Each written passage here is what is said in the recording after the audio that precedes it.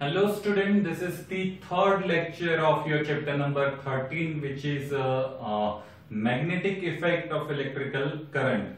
Till now in two videos so far we have seen that electricity and magnetism is associated, or they are connected to each other. That we have shown through the Oersted's experiment. We have also discussed what is magnetic field, what are the magnetic field lines. In the previous lecture we have seen that if, let's say, a current carrying straight wire, straight conductor is there, then how to figure out the direction and the configuration of the magnetic field. That we have discussed with the help of the right hand thumb rule or right hand rule. So it is like, let's say this is the current carrying conductor, and if, let's say, current is flowing from bottom to top, so we have to keep our thumb in the direction of the current, and the finger encircles always shows the direction of the magnetic field. Okay, so let us proceed further for today's topic, that is a magnetic field due to the current carrying circular loop. In the last lecture we have seen the magnetic field due to the straight wire. Today we are going to discuss due to the circular loop. So before we proceed further, I want you to understand one thing. Let's say there is a arrow, and arrow by side view it is like this. This is the head of the arrow and this is the tail of the arrow. Now let's say this arrow, this is the head of the arrow, which is having this triangular shape, and this is the tail of the arrow, which is having this kind of the cross shape. Now let's presume that arrow is coming towards you. Then you will figure out only points. Okay, so if there is a symbol, there is a notation. If we want to let's say represent something which is coming out from the surface or coming out from this board, then it is represented by this dots. And if this arrow is going away from you, you will see only this tail. So it is cross. So remember these symbols. If something is coming out, it is represented by dots. If something is going in, then it is represented by this cross. Okay, so this will help us to understand how to figure out, or how to discuss, how to understand the magnetic field for a circular wire. So here you can see there is a circular wire is there, and let me connect this wire with the battery. So let's say this is resistance, and here I will connect a key. This is the positive, this is negative. So let's say here the current is flowing like this.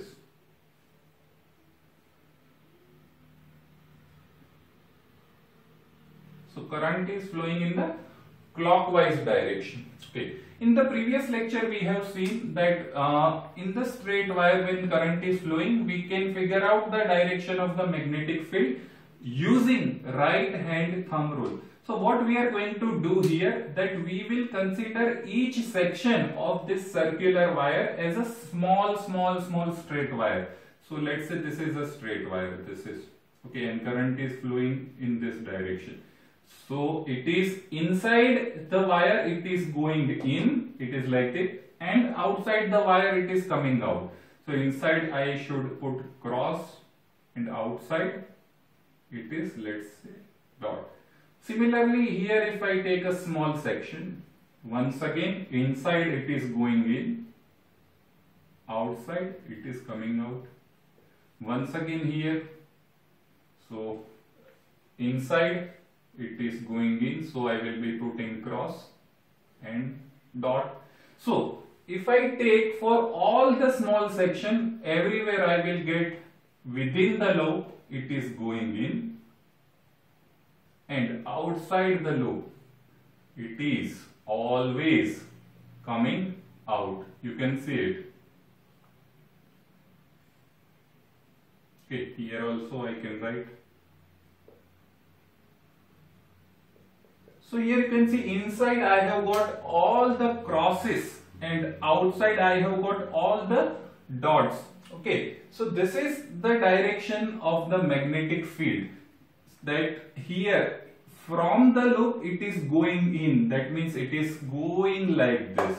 it is going like this. Okay. Now there is a short trick to remember. What we have done in the previous lecture, that we were keeping our thumb in the direction of the current, and this fingers which is encircling that was denoting the direction of the magnetic field. Here we have to do exactly opposite to that. So here we have to keep our fingers in the direction of the circular loop. So here let's say it is clockwise. Current is flowing, let's say, from point A to point B. So I have to roll my finger from point A to point B, and the direction of thumb is going inside the board. So this direction of thumb will represent the direction of the magnetic field. Let us try to understand that. Let's say this is a loop and this is the another loop. In first loop the current is flowing anti-clockwise, clockwise, and in the another it is flowing anti-clockwise. So in first loop I am keeping my hand like this. So current, the magnetic field direction is within, it is going like this. So I will find only cross here. And here if I keep my finger like this, the magnetic field is coming out of the board. So here I will represent dot here.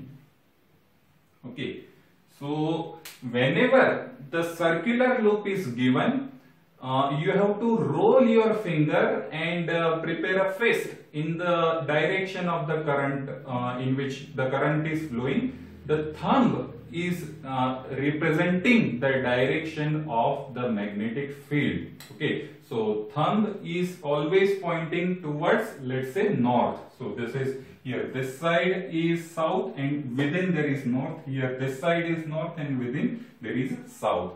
So hope you have understood that how to calculate or how to figure out the magnetic field as far as the circular loop is concerned. Okay. With the help of this round shape as well, we will discuss that how to figure out the direction of the magnetic field. Let's say this is the shape in which this is the arrow, let's say. So here first the current is flowing like this. Current is flowing in the clockwise direction. This is the arrow. So current is flowing like this. So I am keeping my finger like this. Okay. So here the direction of the magnetic field is this side towards the board. And if let's say current is flowing like this, anti-clockwise. Okay. It is anti-clockwise. So I am keeping my finger like this, and direction of current, it is always in this direction, away from the board. Okay. Now we can also do or we can also learn it through another activity. Here let's say there is a battery, this is a positive, this is a negative, and this is a key. When the battery is switched on, here there is a perpendicular cardboard, and the current is flowing like this, and it is once again, okay, so it is in this direction. Okay, so when you can take a small segment over here, okay, so in which the current is flowing like this, so it is going in and it is coming out. It's coming out. Once again, it is going in and it is coming out. Okay, so this is going in, so you can represent it something like this.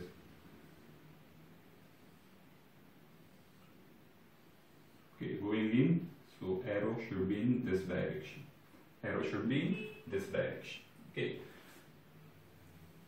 Further, let's say here we are having a loop, and due to this loop, let's say the value of magnetic field is, let's say, X.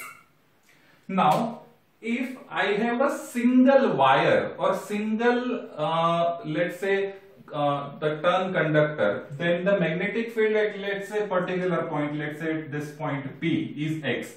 But instead of only having one loop of wire, if I am having a 10 loops of wire or n loops of wire, then the value of magnetic field will be n times X.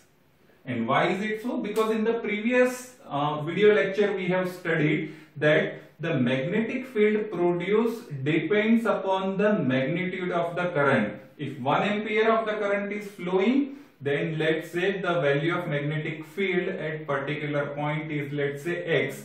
If 5 ampere of the current is flowing, it is 5x. So here we are not increasing current, but we are increasing the number of loops, and due to which the current which is flowing through that cross section or through that area will increase. Eventually it will also going to give the more current, and it is going to increase the magnetic field. The next topic is magnetic field due to the current carrying solenoid. Now we have to understand first of all what is solenoid. So solenoid in layman's language is nothing but a coil. Okay, it is like a spring. So solenoid is made up of the copper insulated wire which has a helical shape. Here you can see it is having a helical shape, and this is nothing but it is known as the solenoid. Now when solenoid is connected with the circuit, that means it is connected with the battery, the current starts flowing in this direction from positive to negative. So from here, let's say it is going and it is coming, once again it is going and coming, it is going and it is coming, once again going, coming, and so on. Okay, and it is okay. So now it is going in this direction. It is going in this direction.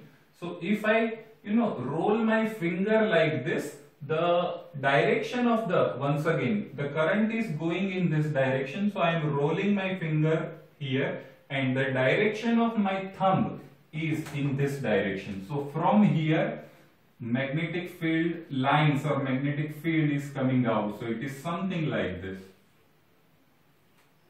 It is something like this. Okay, so it is going out. It is going out. Okay, and here it is going in. Okay, so I have rolled my finger.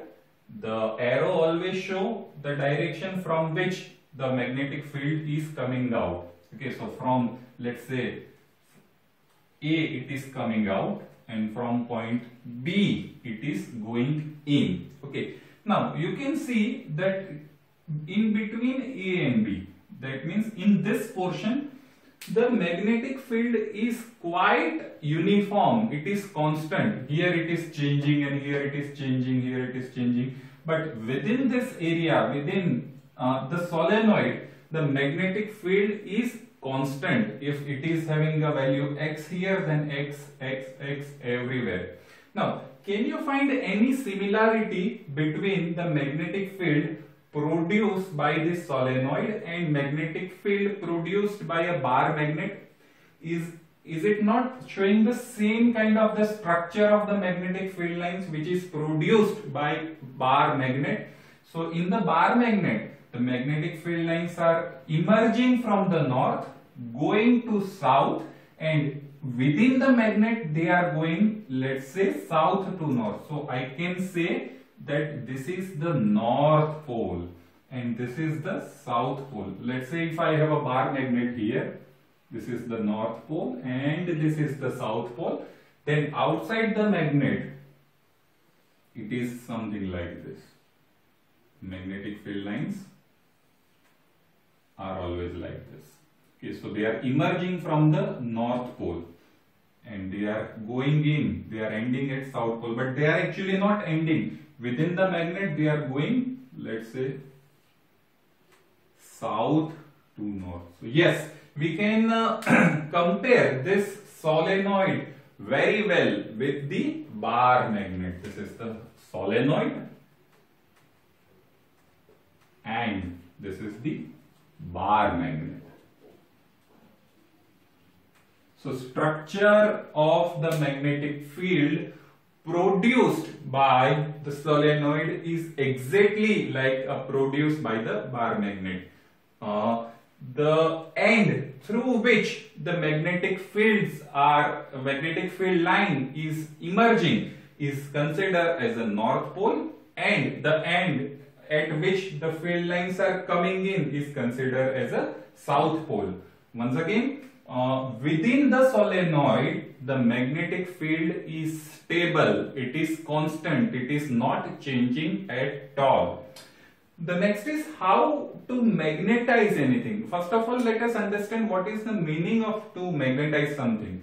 We know that magnet is nothing but a piece of iron or some other material like cobalt and nickel. But every iron is not working like a magnet. So if let's say I have a rod of iron, and if I want this rod to become a magnet, what should I do? Then I should magnetize it. And how to magnetize that? If I have to magnetize this iron bar, iron rod, then I have to keep this within the solenoid. So let's say if I have a solenoid over here, let's say this is a solenoid and it is connected with the battery. Okay, the current is flowing from positive to negative. Now if I have an iron rod, I have to keep it, I have to place it inside the solenoid. So it is constantly experiencing the uniform magnetic field. So after some time, this iron rod which has placed over here will become a magnet, because it will get magnetized, and such a thing is known as an electromagnet. Electromagnet. Okay. Now, how it is happening and why it is happening, that you are going to study in the higher standard. So, hope the topic which we have discussed today, especially how to find the direction of the magnetic field if the current carrying circular loop is there. Okay, I recommend that you practice and try to visualize it, more and more, so the clarity into the topic will come. Further, you have also discussed that what is solenoid and how the field is produced in the solenoid and what is its similarity with the bar magnet. And lastly, we have discussed that how to magnetize something, and that is the principle of the electromagnet. So I hope the topic which we have discussed today is understandable to you people. Thank you.